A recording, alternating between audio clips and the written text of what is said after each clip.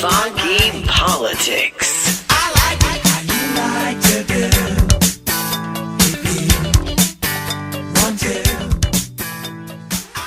Welcome back to the most creatively instinctive political show on your radio or on your podcast. That's right, folks. Funky Politics, powered by the Kudzukian Network. You got DC sitting here with the most famous one. The most infamous one, rather, of all. Marcus Doc Ward. Doctor, what's up in the house, brother? Yes, sir. Funky Politics was down, but now we're back on the block, keeping it real, right, and funky with the information on lock, putting the funk in your brain and the news in your vein, giving you what you need so you can face this world in a manner that is intelligent and inspiring. Because when you have the funk, you have no fear. When you have the funk, You have no fear. you have no fear. You don't even have coronavirus. Whoa. Before you say that, Yeah, what? I want people to understand this show's dedicated to Okay. wash your damn hands. Wash your damn hands. I want you to wash your damn hands. Something you learned as a child Yes. of 2. Mama, I got to go pee-pee. All right, baby, wash your hands. Mom, I'm through PPN. Mama, I did number 2. Wash your your- hands. No, seriously, wash your hands, folks. You're hearing this show, wash your hands for 20 whole seconds underwater with antibacterial soap, with some lye soap, but wash your hands, right, Doc? Yeah, don't just wet them up, walk out, wipe them on your pants. Oh, like the servers at the restaurants? Oh, God, Yeah. don't say, oh, whatever, man. I Don't just run your fingers through your hair. What a difference a day makes. What a difference a week makes. Yeah. What a difference all of this makes in the life of us here in America. Talk man. about it. Oh, my God, the coronavirus. Yeah. Air travel was shaken in Europe. It was shaken in East Asia. It was shaken all over Eurasia. But it's actually starting to feel the effects in America right now. Delta, absolutely. United, American, everybody's talking about cutting back on domestic flights 15 to 25%, 25% from an international standpoint, but 15% domestically. We already can't get a flight out of Memphis right now, man. It's going to be tough as hell. But hopefully the prices will go down. But you know what I heard Bastian, who's the CEO of Delta, said? He says, well, it's not a price event that we're having. We're having a Right. fear event. Right. So does that mean you must fear dropping the price on those airlines? But actually, that's worse because, Yeah, well, that's at least in my opinion, because and what he's basically saying is that the economy is not getting ravaged because people don't have money, Sure, or don't have resources, as if we were in a recession. We're fearful to go spend We are it. not spending the money in the places we used to spend it in because we're not going outside, and that's actually worse. Because if you're holding on to your money and not spending it, you have it and you're not spending it, then you really can't put a lot of adjustments in place. Yeah. Because you're not without money. That's true. It's just your option. I'm not going to go outside with you nasty you-know-whats or put myself at risk because I don't want to get sick. I don't want to die. Yeah. And so, and without having all of the information that we need to have and not having a messenger that can calm and assuage the fears of the people, we're in a pretty remarkable condition as the Americans. Centers for Disease Control, which you're running. I mean, you got a wonderful operation running out of Atlanta, Georgia. Right. They issued a warning, and they issued a warning to those who are in our families or friends or who we work with, and they issued a warning for those folks who are 60 and over, and saying, look, if you have some considerable health challenges, we are saying to you, restrict your comings and your goings. Flights, buses, cruises, major events with large gatherings of people. I'm 53. Hell, I ain't never heard this before in the country. In America, Doc, have you ever heard anything like this before? I ain't never heard that you were 53. You now What, do I look older? Is this like the end of the world? So now you're revealing your age so Wow, you think you get an old man ARP pass for coronavirus? Well, you know, No AARP way. did to me some stuff, and I think I did send it back in. I think I qualify for all these other different things they got out there now. But the most amazing thing, though, is some of the most traveled people in our world, right, are our seniors. And so now you're saying to these seniors, I need you to restrict your comings and goings, especially if you have some health challenges. Right. And those health challenges could be, some disabilities, mobile disabilities, right? Could be some mental disabilities, it could be anything. But you're asking these folks, especially who've got maybe either congenital heart failure or some things like that, or maybe some kidney issues, some renal issues, to restrict your travel. I want to see how that's going to work. Because my grandma, if she was living right now, but look, I'm going to the grocery store, boy. I'm going. Grandma, wash your hands, though. I ain't going to tell her to wash her damn hands, but Grandma, wash your hands. Yeah, and this is Funky Politics powered by the Kudzukian Network. But the one thing that has happened that we have neglected to say, and we're going to say it now, is that the World Health Organization has declared coronavirus as a pandemic. Ooh. Which means now that there are going to be some adjustments from hospitals and other health organizations now to treat this illness as and accept the fact that it's going to be widespread. We don't know how widespread it's going to be. There's a chance that anyone and everyone can get it, and we have to take those emergency precautionary measures to not just create the infrastructure for the vaccine, but also to create the infrastructure for providing the health care for it now, with the understanding that it will and it could affect everyone in the entire world. One thing about it, I am so glad that I live in America. I'm so glad that I have a president who recognizes the importance of science. See, now you're being funny. And it's not a funny matter. No. No. I am glad that he recognized the fact that we had to have a steady hand at the helm of making sure that this coronavirus that is attacking our country and the world. No, he said it would be over. He said it would be over when it gets warm outside. Well, he that's why he got Mike Pence. He's got the vice president who's in charge of basically policy right now, scientific policy. And let me remind you, who has a degree in medical from where? The former governor of Indiana. Oh my goodness. Who they had 2 health crises in the state of Indiana, right? And he said, well, for the most part, we really have to pray. And there's nothing wrong with praying. Fannie Lou Hamer said you can pray until you faint, but until you get up off your knees and do something about it, God ain't going to drop nothing in your lap. But doesn't the Bible or something say prayer without works is dead? What? Prayer without works is dead. Wasn't that what Fannie Lou was trying to tell y'all? Yeah, you can plead to the great physician, but you must do the work. You got to at least go see. Jesus told Lazarus to arise, pick up his bed, and walk. Meaning not pick up your bed and sit there, pick up your bed and walk. We've got to move towards an effective manner of developing some way to address this, not just with the people that are infected here and the people that are going to be infected, because there are many people that are walking around with this virus that don't even know they have it.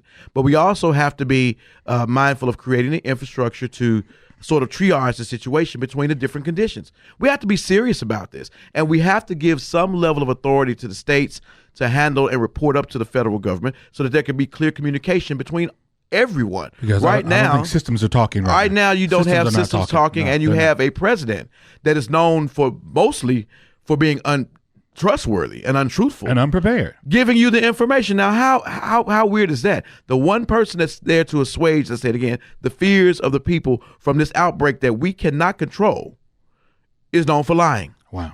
Well, hold before you go there. One other thing. Which creates what we're going to talk about later on in the show, the need for what we're going to talk about in a minute. But he did put Mike Pence in charge, which should make nobody feel comfortable at all. Absolutely nobody should feel comfortable with that. You got Anthony Fauci, who is a epidemiologist, and this guy is on top of everything with the CDC, but he's pushed back. Right. Azar, who is actually the secretary, he's pushed back. I mean, what are you? It's amazing me. Hey, but let me jump to one other thing real quick. Yeah, because there was just some other news out of D.C. Senior judge, I think he's not taking senior status yet on the district court in D.C. Actually, this past week, he ruled that AG Barr, Attorney General William Barr, was not forthright in his explanation of the Mueller report, and he's issuing a rebuke of the AG. He issued a rebuke of the AG. Now, you being a trained attorney in an office of the court, Doc, I don't know how much deeper you can sit other than draw from the conclusion that Judge Walton called him a damn liar. Right, Judge Reggie Walton. Yeah, he called him a damn liar. Basically, and he basically said that Bill Barr's attempt to sort of mull over the Mueller report and cast it as an exoneration of the president was absolutely an overstep and an overstatement of his boundaries as Attorney General, and he should be admonished and rebuked accordingly. Now, I don't know what that means to A.G. Barr. You know, once upon a time he was saying he was going to leave because the tweets and all. I don't know if that actually puts that timetable and makes it shorter, but what it does do, once again, what it does do, though, is it adds more to the lack of credibility of this administration. Sure. You got no credibility on the Attorney General level, no credibility at the presidential level, and we have a world health crisis going. That creates the need for us to look at this election coming up because those are some funky politics. Well, I'll tell you what we're going to do. We're going to get more into this coronavirus, people, and how it's affecting Americans. I can't tell you how it's affecting the Italians or the other Europeans, but I know how it's affecting Americans, right? We'll be right back with more funky politics right here on the Kudzukian Network. And we'll know you like it.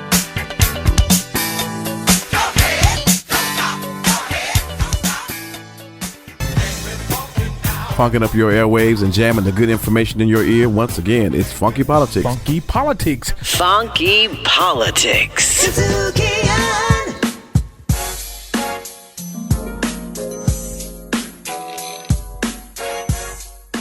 We're back with Funky Politics. DC sitting here along with Doc Ward. We Yes, in your sir. house. We on your radio. We on your phone. We in your life. What's up? All day, every day. I was gonna say Don't say it. we infect you, but I don't think this is. Oh, I don't think this is the time to It's talk not the about time that. about talking about infections I'm right sorry. there, 'cause I'm not. So I don't want to be insensitive, but No. we do want to infect you with information so that Sure. you can spread that across your airway and your airways of your community and be a little bit smarter than you were before you turned this Man, I on. like that Kudzukian paraphernalia you got on right there. Yeah, every now and then I try to That's right, represent. man. I try to Yeah. represent. You know, Oh, look it's, at you. it's not Guy. necessarily. Ain't he good? Well, Ain't he good? all the time. He'll do it every time. We used to just have T-shirts. What? That's up. We done come up now, boy. Let's talk about, Doc. Let's talk about right now how the poor, and we talk about impoverished people. People like to use the term poverty, but I talk about the working poor. How are we going to fare? And I'm talking about, and I'm throwing myself. And how are we going to fare during this tumultuous time where this virus has got major universities shutting down and driving folks online?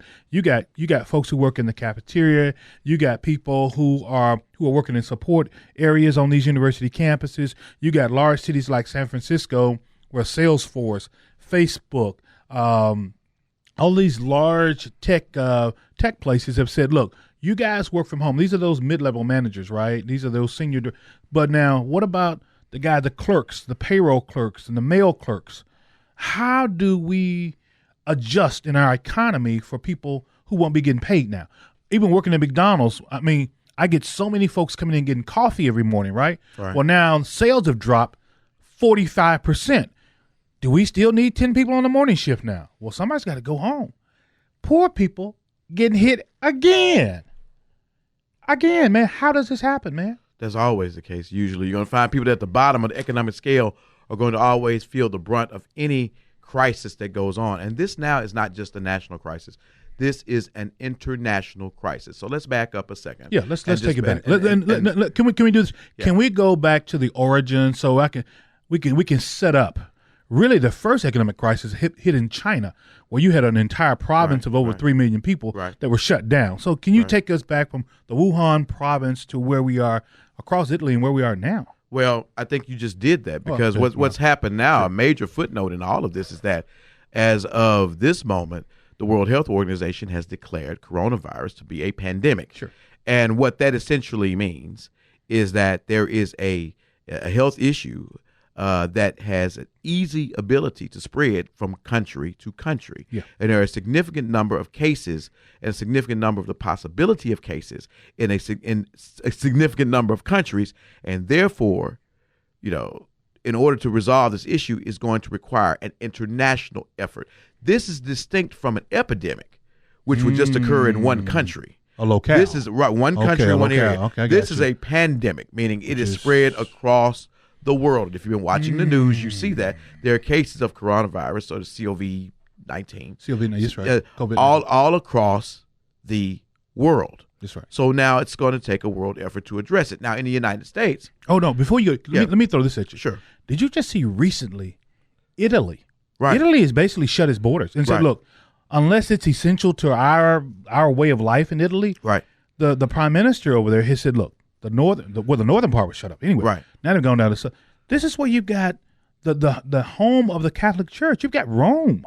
The Vatican, yes. You got the. I mean, but that's the reason why. That's the reason why it's gotten that much more serious now. Booming with tourism, right? And now, nobody's booming with tourism anymore. No, well, especially over in Italy right now. So now, you got all of these folks now who are facing a calamity. So it's not just. And I don't want to. I'm gonna give you just a second. I don't want to downplay the seriousness of these of the death toll this thing could take if we don't observe these rules they're putting in. But for the love of God, this thing is an economic destroyer. It's crazy, man. It's crazy. Yeah, and that's one way to look at it. But I think the first thing that we have to look at is that it is a health destroyer, and that there are people that are actually becoming very ill and losing their lives to this health issue. So before we get, and I think that's one of the issues we have in the United States and one of the issues that the president's having, before we start looking at it from a money standpoint, you have to look at the humanity standpoint. Because I don't care if people don't have any money to go out and do the jobs and do the things they need to do if the industries fail financially. I do care, but that's not the number one thing. The number one thing is getting people healthy. And when you have situations like what's happening in Italy, where they've basically shut the country down. But then you have other places in the United States where ships are left off to dock for days and days and days, and other things that are happening. You have to calibrate and equalize every country's way that they deal with this. So there has to be some similarity in how we deal with it so that we can resolve the issue. Because if you have one country shut down, one country's open, one country somewhere in between, it's going to be very hard to develop the appropriate treatment infrastructure that's going to exist internationally. But I'll say this, and I'm not advocating that we close, because our president even at one time, I'm going to close the southern border. But it's not going to change. That's not even where the it's not going to change that. This is a virus. This is a virus. This is not a tangible bacterial infection. I understand it completely. And I'm a different kind of doc than a medical doc, but I can tell you I'm a ghetto doctor, and I can tell you right now from the studies I've learned on the street and from people giving me advice about what I should do with my bad health. I'm just simply saying that what China did may have to be the order of the day. That's what Italy did. Italy said we're going to adopt the Chinese method.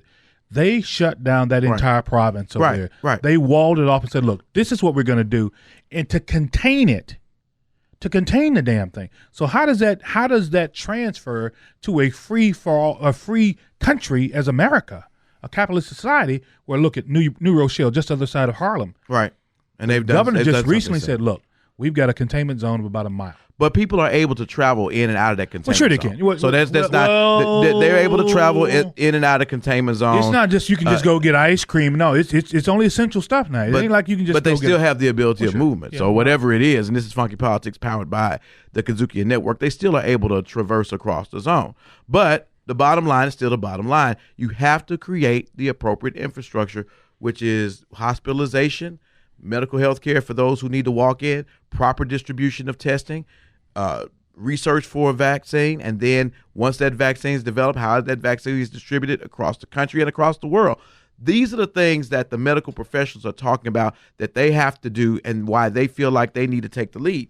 This should not really be a political issue at all. No, I'm not suggesting it be so. And the politicization of it by our folks, because we're in the middle of an election year, and you have so much division in this country and everything else, has really exacerbated, in a lot of instances, the issue and prevented us from being able to resolve it, because there's so much about trying to pin this on someone. Once upon a time, I heard this was a democratic creation. Then it was a hoax. Yeah, then there was this whole issue of trying to draw comparables and conflate this with the flu and and other things, and trying to minimize the effects of this. The bottom line is, as of this moment today, and this show could air and everything could be different, but as of today, we have an illness that is spreading across the world, of which we have no cure, of which we do not know how many people have it. We do not know how many people have the potential to have it. It's an airborne virus, and we're doing the best that we can as citizens to survive under the leadership that it seems to be creating a political platform for what should be just strictly a health issue. Okay, health issue, political platform. I want to get back to the economic impact.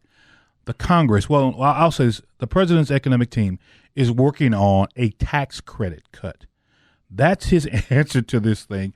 a tax credit cut. I'm hearing from a lot of people that's only gonna reward his buddies in big business, right? So you're not gonna tell all of a sudden Salesforce gets to have a tax credit cut, but now Doc, you got a mom and pop store where you got 2 W-2 employees, and all of a sudden this has hurt you so bad because you don't have Burger King. Let's just say you got Doc King, right? And you're selling fish. Well, all of a sudden now folks ain't coming out to buy fish anymore. They don't trust it. And they don't trust that your place is free of the coronavirus, right? Which is not that prevalent in our community right now anyway. So my point to you is the dishwashers, the servers, the valets, the hostesses. I mean, what happens when the customers don't show up anymore, Doc? Well, what happens is basically you have to make decisions about your business and who you're going to hire and who you're going to keep on. But the problem I think right now that we're seeing is that a lot of the emphasis and focus of the economic stimulus is based on payroll taxes. That's the real thing they're trying to get rid of. But payroll taxes does not affect a person that's not working. No. And the other thing, if I'm making $7.25 an hour, you cutting my payroll tax. Hell, I ain't making no money anyway. What are you doing? That doesn't do anything. No. But the other thing, and that's just a disguise. But the other issue, though, is that, as we said last segment, this is not a necessary financial crisis because there's no money available. This is a financial crisis because people aren't walking outside. Yeah, so let's not try to deal with the economic aspect of it by throwing money into the pipeline, and the only people that are going to get rich are the richer people. Yeah. Let's find a way that we can get people well so they can get back outside and start spending goods. And if your money's not going into that aspect, forget about the other thing. I mean, the economy right now, what's the stock market around? 23 units, 24 units. I tell you what. Still record numbers. Record numbers. But it hit the ground. When you correct at 7.1, 7.8%, there was a stop in trading. You got an issue. There's a stop in trading, but real compared to what, though? Stop in trading at 26 down to 25, you're still doing quite well. Well, you lost a lot of market share, though. The issue, though, is, yes, we've gained a lot since the last, 4 years. Absolutely. There's no doubt about that. And that's my point. And so now once you've gotten used to those gains, who wants to go from 26 back down to 15 or 18 again? Nobody, because guess what? You just lost your underwear. But you know friend. what? If I used to drive a Mercedes, I lost a little bit of money. Now I got to drive a Chevy. I drive my Chevy with pride so I can drive the Mercedes again. That's not how I feel But guess what? But guess what? I'm still driving. I still own a car. I'm still economically sound. Just not as sound as I used to be. We have to learn. This is a valuable lesson. We still haven't learned it from the recession. We have to learn when times like these occur. We have to make the appropriate financial adjustments from the top down. The billionaires are scared of being multi-millionaires, and that is absolutely ridiculous because guess what happens at the other end of the spectrum? You have people that have nothing that now have less than nothing. Well, guess what? The folks who are working at Walmart, the folks who are working at Target, Cowboy Maloney's, what do? They're going to tighten their belt. How do you tighten the belt? They're the ones that actually. But you know what though? They're the ones that actually understand what it means to have to tighten your belt and work with less, while the folks at the top are sitting up here contemplating jumping out of windows. So we need to address this crisis as a health crisis, not just an economic crisis. And maybe we can get back to being the kind of country where people are concerned about each other enough to fix this instead of just looking at the optics of it. Hold it all right there. Well, you got a lot to say today. You just come back with a whole. You must got. Well, I don't know what you got, but anyway, you're not drinking. I know what I ain't got. You ain't got nothing to drink. But anyway, here we go. I ain't got coronavirus. We'll be right back with more funky politics. We're going to talk a little bit. How do we get to Milwaukee, and why would you want to go to Milwaukee? But Milwaukee, the great city. Milwaukee. Yeah. Anyway, we'll be right back on Funky Politics right here on the Kudzukian Network. R&R on Sports. Pitcher, left-hander, Vita Blue. Welcome to R&R on Sports. Thank you very much. I'm glad to be on. Let's get it on, man. Let's talk to that's baseball. Right. Talk to sports. It's R&R on Sports. Kudzukian.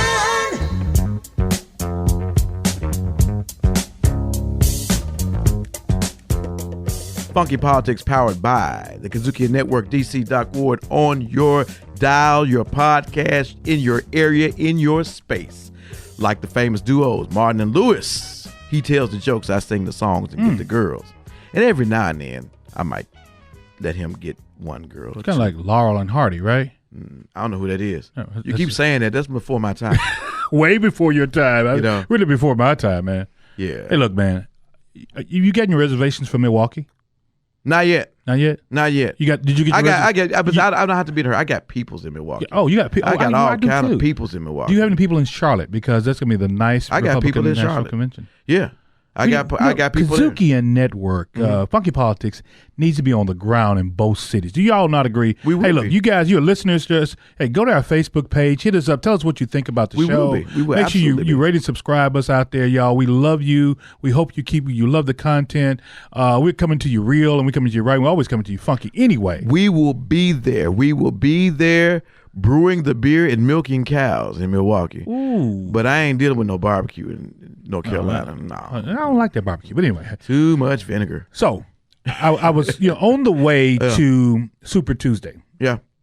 Super Tuesday 1. Okay. You had to get through. You were some on other the way. stuff. Well, I've been to San Francisco, Oh, okay. Okay. Well, good for and you. I got the pulse. And when I was out there, somebody said, "Hey, man, you know Tulsi Gabbard is still in the race." Huh? Who that? That's what I said. Who the hell are you talking about?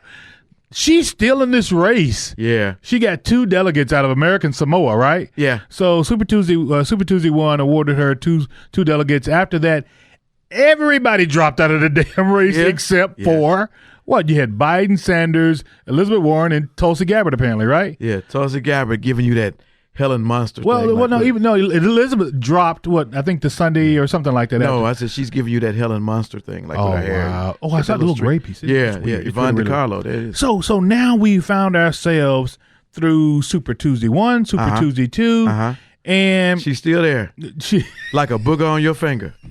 You can't just how you shake this damn woman off my get her off my. And she wants to be on the debate stage. And too. she's telling us that the DNC is discriminating against her because she should be on that stage with all of her ideas, talking about how America can do this, how America. Ma'am, go somewhere and sot your ass down. Well, no, they say Just sot your ass down. We do discriminate against losers. She is a work. I mean, no disrespect intended, but I mean, how's she gonna turn that 2 delegates to 1991? Oh boy, we're gonna have a broker convention now because she's got 2 delegates. So And at the end, she's gonna make this grand presentation and dedicate her 2 delegates to. Ooh, oh my gosh, Elizabeth Warren. I'm gonna give all my delegates to somebody. Donald Trump. So you got a person like her. Right. And then you got this Jill Stein woman who's still out here just talking a bunch of crap already. Of course, she was probably one of the main reasons why we have a Trump. Jill Stein in 2016, right? Well, now guess what? Is Tulsi Gabbard going to be that Jill Stein for 2020? No. Because she's not gonna, unless she's planning on getting on the ballot independently, she's gonna be out. Yeah. She can't be the Democratic And then nominee. from an independent standpoint, do independents actually do they win in our country? I think we have to see an R or a D by your name for you to be somebody for us to vote for. Well, let's just be for real. It takes money to win an election, Sure. and when you're independent, you don't have the backing of any party. So unless you are like Ross Perot was, And you can you're self-finance, or Michael independently Bloomberg, wealthy, you can self-finance, right? but- Then Then by you're all not means. going to be able to reach everyone. Let's talk about Super Tuesday 1, Super Tuesday 2. Super Tuesday 1, if that was the one that was a gut punch for Bernie Sanders after South Carolina, and then Super Tuesday 2 comes up, and it should be the KO, or in some places, folks are saying his corner ought to throw the towel in. What is it, Doc, about him that he says that I've got to steal? He keeps talking about these young people turning out. He keeps talking about the working class. But black folks ain't feeling this man. Why aren't black people in large numbers feeling Bernie Sanders?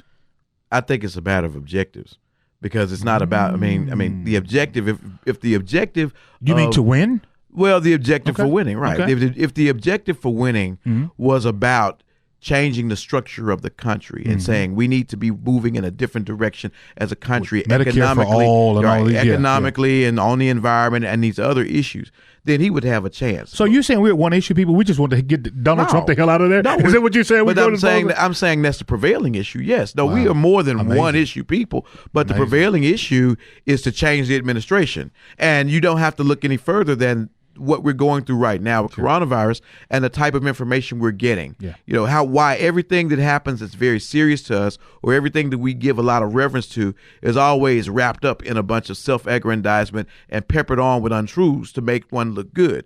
We need to have information given to us straight. We need to be transparent. Yeah. We don't need to qualify everything that happens. And sort of the I guess snarky way in which people are responding to each other on lesser levels starts with the culture that's created by our leaders, Yeah. whether we depend on them and government for our daily bread or not.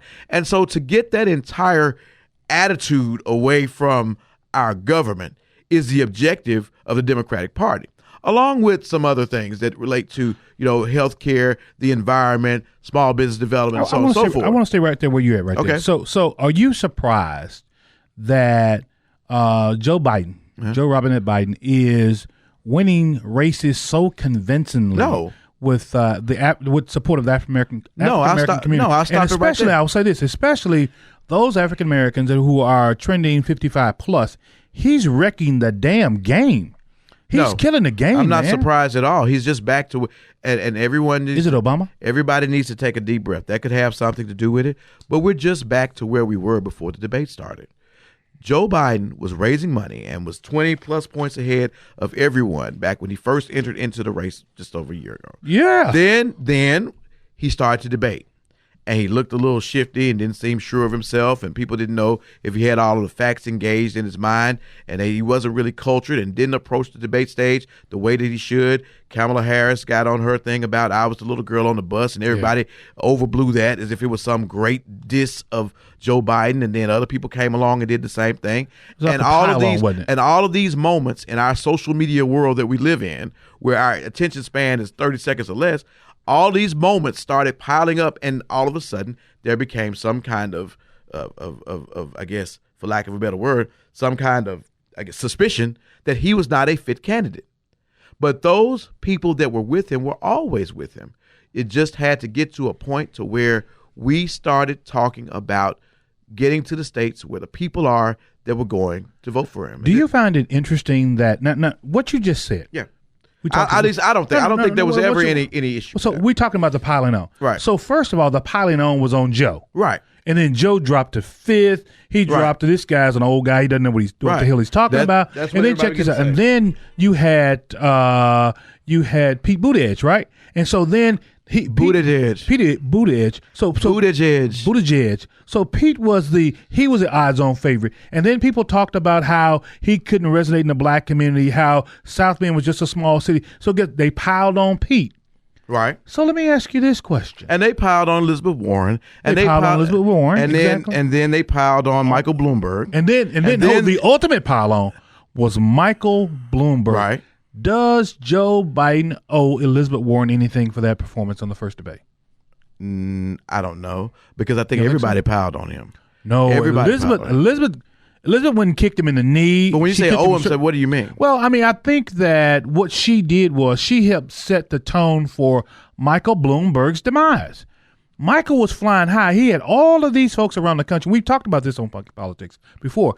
He had all of these folks sitting out there jumping on his team saying, I support the Bloomberg campaign. But after that debate was done and she took to his ass like a June bug on a doggone dog. And she was on it, man. Wait, a June bug on a dog. That's all I could think about. I've never seen a June bug attack Well, a you dog. get my point, though, right? Where you live, some dangerous June bugs. Yes, if they're it was in the attacking hood. dogs. These were big Well, June bugs. what I will say is that, I mean, I'm not going to say he owes her anything or not. Everybody was out to get him, and Michael Bloomberg, for all his worth, could not answer a single question about his background and his failure to address his issues of diversity with his company.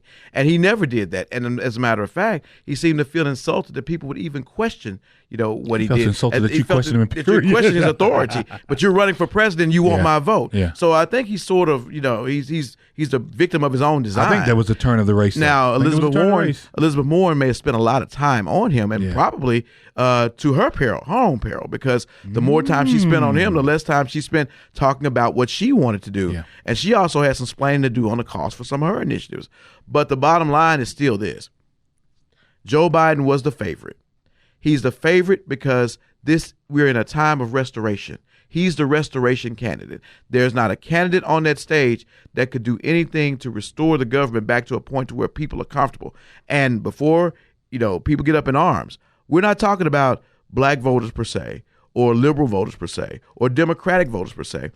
What Joe Biden has to do is win over those suburban white voters who tend to vote for either party based on how Those they're independents. inspired Those and based independents. on how they feel they're going to be. And those are the voters that really change elections. But he's got to take his backbone with him. Oh, And absolutely. the backbone of Absolutely. the Democratic Party. Absolutely. And I think this country knows it now. If they didn't know it before, hell, they know it now. Who the backbone of this, who the backbone of this party is. Right. Now, let me go to this. President Trump has opened 50, and I think we hit on this once before on another show, 15 offices around the country. Places like Milwaukee. Right. Places like Charlotte, Atlanta. He's not coming to Memphis for whatever reason, but that's okay, cool, no problem. Because we weren't going to go try to work for his office anyway. But anyway, so he has his major push. He's got Jerron in charge of it. That's right, Jerron Smith, I think it is. Jerron now yeah. is going to become really, really important. He needs that African American vote. Jerron must be the national director of African American vote Of outreach. for Donald Trump. Yep, he's outreach. All right. And so, do you see? He's quite a ubiquitous African American man. Leave Jerron. He can do Do everything. you see at all him making any headway into the African American community? Do you see him cutting into that base of black support that Vice President Biden has? Absolutely not. Wow.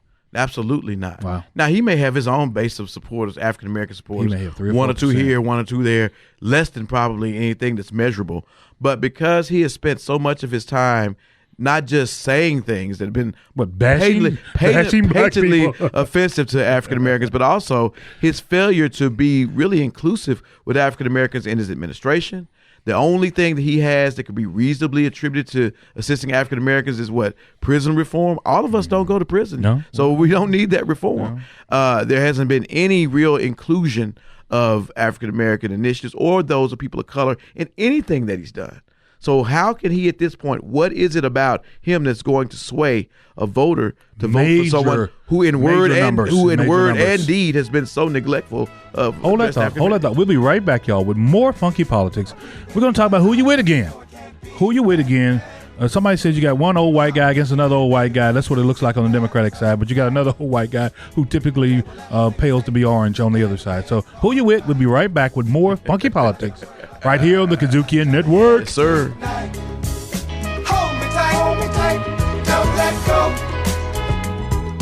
Turn me loose, never let me walk. Funking up your airwaves and jamming the good information in your ear. Once again, it's Funky Politics. Funky politics. Funky politics. Kudzukian. Who you with? Yeah. Who you with? Yeah. Who you with? Yeah. Who you with? Yeah. I'm with my clique. Yeah, Funky Politics. And when you hear this song, you know it's that time. Who you with, Who big you dog? with? Who you with? You know what? We got a lot of who you with.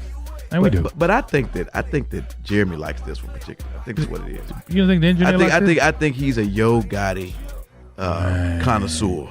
See, I was when I was running through the dope house one day, and He I liked saw it. Jeremy on the backside of it. You back at the dope house? Yeah, what? Yeah. So Man, I'm we trying got to a get show Jeremy to out of run. We have no credibility when everybody knows at the end of the show you at the dope house. it. I was trying to get Jeremy out of it. But anyway. I thought you kicked that bucket.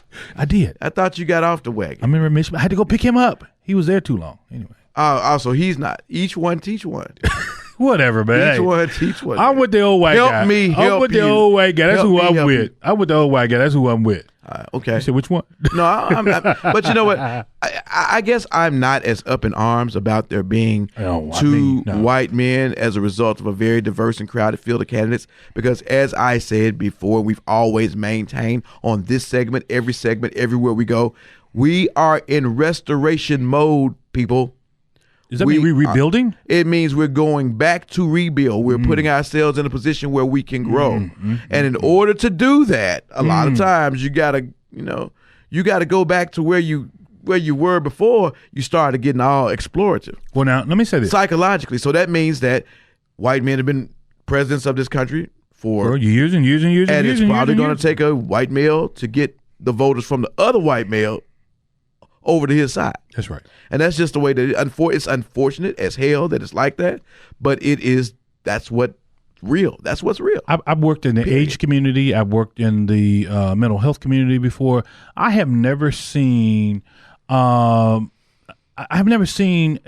candidates like we have now where people are attacking their senility. And that bothers me a little bit with folks going after Joe Biden and saying, well, he's senile.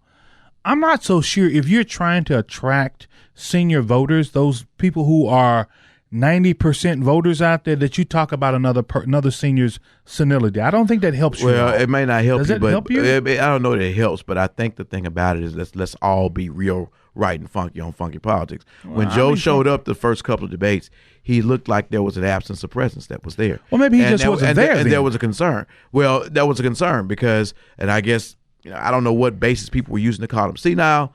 But there was an absence of presence, and people were concerned that perhaps he had lost some capacity. He hadn't been on the debate stage in 4 years, actually more than that maybe. And but he's been in office forever, and there were certain things that he couldn't recall. Then you had Julian Castro saying, "Can you not forget something you just said 5 minutes ago? You're forgetting what you just said." So there was a lot of that swirling, and in everyone's zeal to be that candidate, that was the only thing that they could attack. So now. I think we're over that. Well, no, I don't think we are. But now, then you have, and then in fairness to Bernie Sanders, Bernie Sanders had a heart attack while on the campaign trail, right? And got back on it with a very vigorous schedule. I'm like, something that I don't think people some 40, 50 years his junior probably could have done. But in both instances, these are health issues. Yeah. That and then when you have a president of the United States that eats nothing but McDonald's, and his body is really starting to show it now. When you have a president of the United States that eats nothing but the McDonald's, and then you have two candidates, one has had a heart attack, and we really don't know what Joe Biden's health capacity is. He's at about 2 aneurysms. Okay, so 2 aneurysms. Yeah, 2 aneurysms. Both of these gentlemen are 77. Oh, no. Bernie is 78. Okay, Joe is 77. So now by the time either one of them finishes office, they'll be in their mid-80s, which means that they are really, really in the small percentages of the mortality tables. You have to start looking at either one. It's two things. Either we're going to look closely at the health of our presidents, or we're going to be looking very, very seriously at the running mates they choose and their health issues, because we cannot have unstable government right now. Look at what's happening just with coronavirus. If we have a situation where our leader, dies in office, and we haven't had that situation since John Kennedy was assassinated, we will be in a world of sugar honey iced tea if we have to have a vice president that's not strong enough buckets of sugar, honey, several buckets, mounds of it.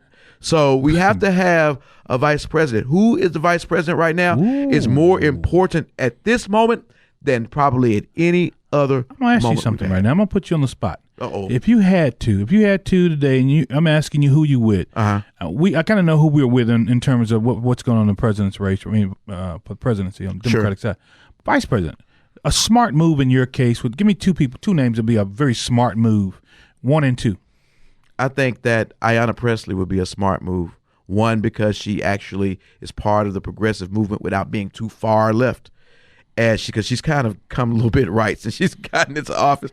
And I like the fact that you solidify and bring the party together, both factions of it, sure. You validate Ayanna, the one's out of Massachusetts, right? Right. She's out of Boston. I'm not feeling that. Okay, but give me number 2. But Boston and New England seems to be the hotbed of the progressive movement, or the New England area. So she's good. She's not as far left as AOC. Yeah. But she is, African American female, which is very important now from an inclusion standpoint. And I think she just checks all the boxes in that regard. Who's your number 2? And I'll say this: she could go and take her seat and does not have to worry about her seat flipping in Congress, because it will always be a Democrat in that seat. And this is Funky Politics, powered by the Kudzukian Network. The second person I'm looking at, I said a long time ago, Andrew Gillum. For some reason, I can't seem to shake that. So I'm going to throw that out there just because, and I'll go digging because I know we're going to talk about this in the weeks ahead. Yeah, that's right. But I also, for the same reasons, Ayanna Pressley. I look at African-American male, African-American female.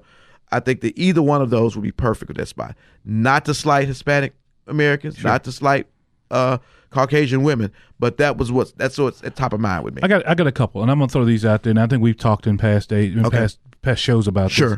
My top one would be, and I hate to really say this. You hate to say it. I know that's crazy, but I hate to say it. It would be Kamala Harris out of California. I like her for AG. I like her for VP, and I'm gonna tell you why. Because number one, she maintains that strong presence, I think, of moderate Democrats, number one. She's no liberal. I don't care what she says. She's no liberal. She's a moderate Democrat. Right. She was a very strong leading candidate for president in the Democratic primary when she came out of the box. people looking at Kamala, as you well know, we thought Kamala was going to be it.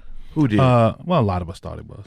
Jen didn't, but I think you did. But anyway, I supported her, but I didn't think she was going to win. I think she would be a strong candidate for vice president. California, do you need California down the road? I think you can get California. You're going to get California without her. And check this out. And the replacement for her will end up probably being Adam Schiff, which is even better. Right, so I don't see a problem with that. Now, number two, Shifty Schiff. Yeah, whatever. Number two, I would probably go with Stacey Abrams out of Georgia. So what does that do? That brings that solidifies your base of black women and progressive women. Think about the fact of you've got a woman, and so all of those progressives out there, the Bernie Sanders folks, they still have got to latch on to these women who are there because typically you wouldn't see that on a ticket or the White House, right? I'm going to tell you why I'm not necessarily on board with the popular choice for vice president. Everybody seems to say the reverberating clang of Stacey Abrams. Because Stacey Abrams has a movement right now in Fair Fight that she has pretty much taken on that cause.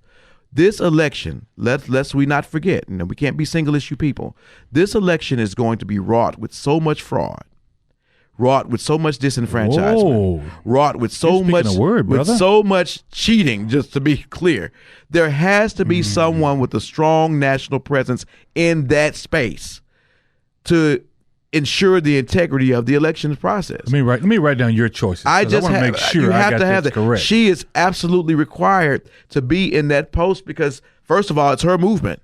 Second of all, she's the prominent national candidate. Third of all, who's going to do it if she doesn't do it? Who was your first choice again? I actually had Ayanna Pressley. Yeah, Ayanna. Yeah. But who's going to do it if she does do it? Now, do I like Stacey Abrams in the cabinet post? Absolutely. Do I like Stacey Abrams in some administrative posts? Absolutely. But I just can't put her in the VP spot because if you know right now, there's already a new investigation that's been launched about Hunter Biden all of a sudden, out of the blue. Yeah. And there's going to be more untruths, and there's going to be more what do you call this, obfuscations and everything else placed into the airways for people to have to decipher. You're going to need to have someone like her out there that's able to diffuse that information. She's got the money behind her and getting it out. Since I have not heard Stacey speak at all lately. I've not heard her do. Well, so I'm not seeing her come to the forefront on anything. I think she's sitting back and she's waiting to see if Joe Biden's, and I think Joe's going to pick her. Well, if he does, if he does, it wouldn't be a bad choice. But I'm saying I really want to see her, and that's the thing about African Americans all the time. We get good at something, and everybody wants us to ascend to the very top. Yeah. When we're needed in certain stations, you take a general off a duty post that he's great at and put him somewhere where he's so, and then you wonder why they don't do the best job they could do. This is her space. This is her time, her movement, and actually, I would like to see her do that, and then one day launch a bid for president herself. Once she's gotten this voter integrity cause handled, I would like to see her do that on her own rather than go and try to be in somebody else's space. But you can't go wrong with either of those choices, either one of your choices, even though I'd like to see Kamala in the Attorney General spot because I think she'd be excellent in that spot, especially if you're talking about after the election and you're talking about potentially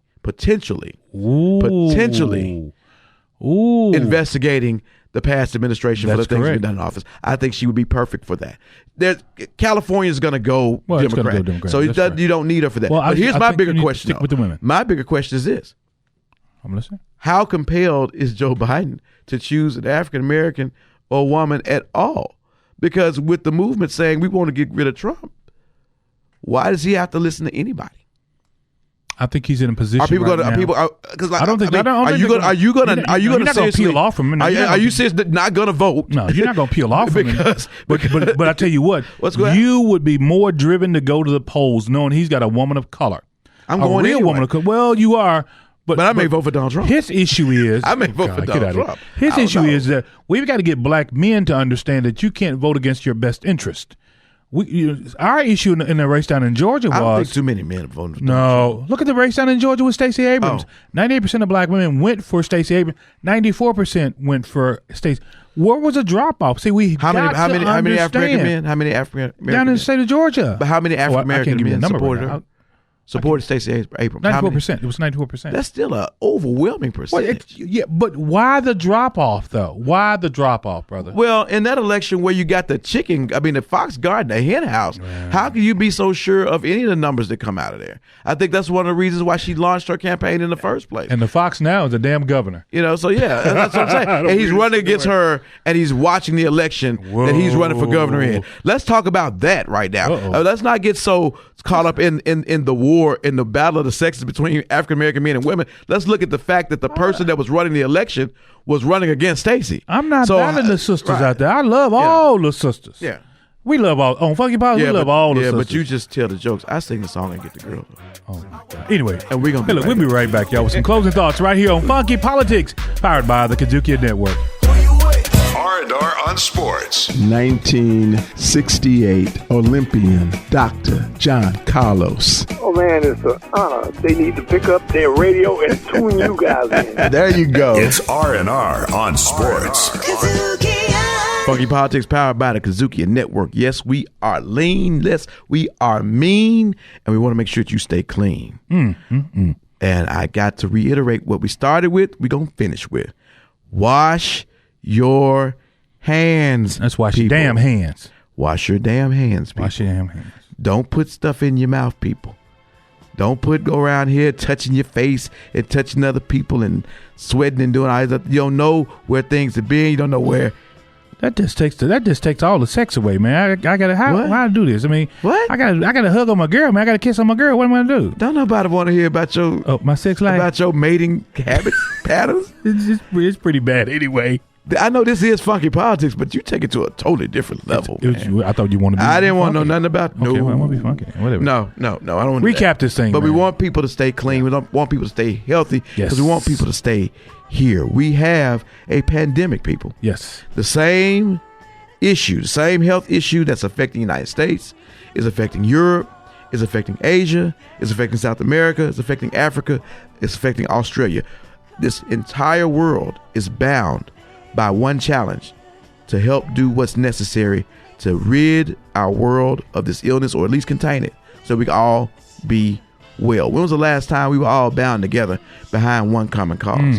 Was it terrorism? Was it the Taliban, 9/11, whatever? We weren't all bound then, though. We weren't all. We've But never you know been what, bound. Never been bound. But you know what, though? You saw more solidarity then that you've seen behind anything else. Well, that's unless Why is it that unless you were Arab, all of you all were bound, but the Arabs weren't. I mean, of course, they were looking at them saying, "Oh, But the point they is- did it," or they didn't do a damn thing. But they didn't do a damn thing. I get but- your point. But the point is this: Yeah, it takes a crisis yeah. to bring people together, to put aside their Why? differences and focus But on why? what's there. Well, there are a couple of schools of thought for that. All right. One, because the virus is something that people are not. People are human. The virus is not human. So in essence, you're fighting an inhuman object. That's what the sociologists would tell you.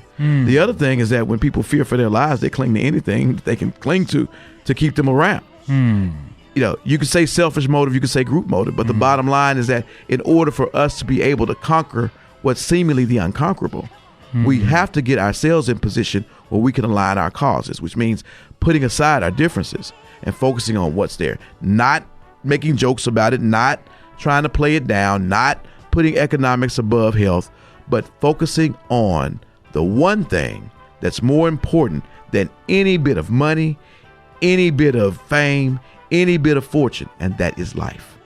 I agree to that, but I also have to make sure that from an economic standpoint, while I'm being treated and while I'm under this 14-day quarantine, that I can still pay my MLGW bill. My kids can still eat. So I need to make sure that my congressmen and my U.S. senators understand that a simple tax cut is not going to help me if I'm making $10 an hour. That's not going to help me, Doc Ward. I need a real stimulus in this country. We need something like what we had when the auto industry was going out, right? The airline is getting ready to get this same hit. They're going to have to stimulate the economy. How do you do that? A damn tax cut ain't going to do it. It just ain't going to do it. Not a payroll tax cut, Doc. I'm sorry. It's not going to do it. I don't think anybody, even members of Congress, think that a payroll tax is going to solve this. You can't tell it to some of the U.S. senators out there. That's the president's on the Republican idea. side. That's not Congress's idea. That's the president's idea. And even some Republicans in Congress don't agree with the payroll tax. But the first thing that needs to be addressed, that's why I just can't get off of stimulus. I don't really care about stimulus. Well, I care about people being healthy first. And because the crisis, as I said before, is not a crisis of economic scarcity. It's a crisis of health. It's really a crisis of fear. It's a fear. Right. You went home from your job with money in your pocket. You still had money in your pocket. But I'm scared to go to a restaurant to go eat. Right. So you're not spending the money there. That's the issue.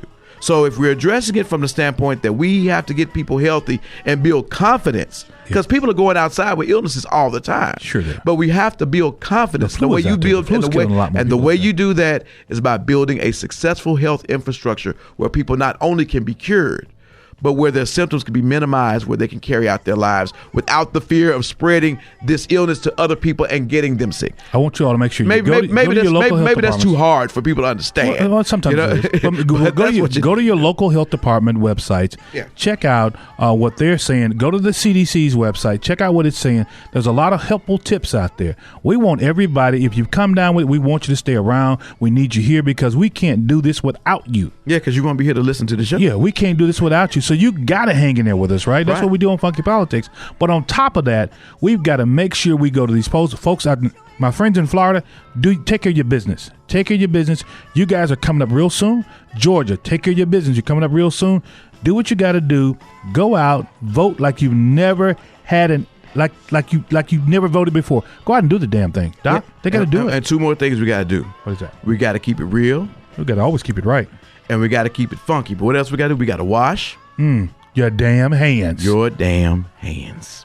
See you next time. Right here on Funky Politics. Wash them up. Funky Politics. Recorded at Kudzukian Studios. Directed, produced, and distributed by Kudzukian.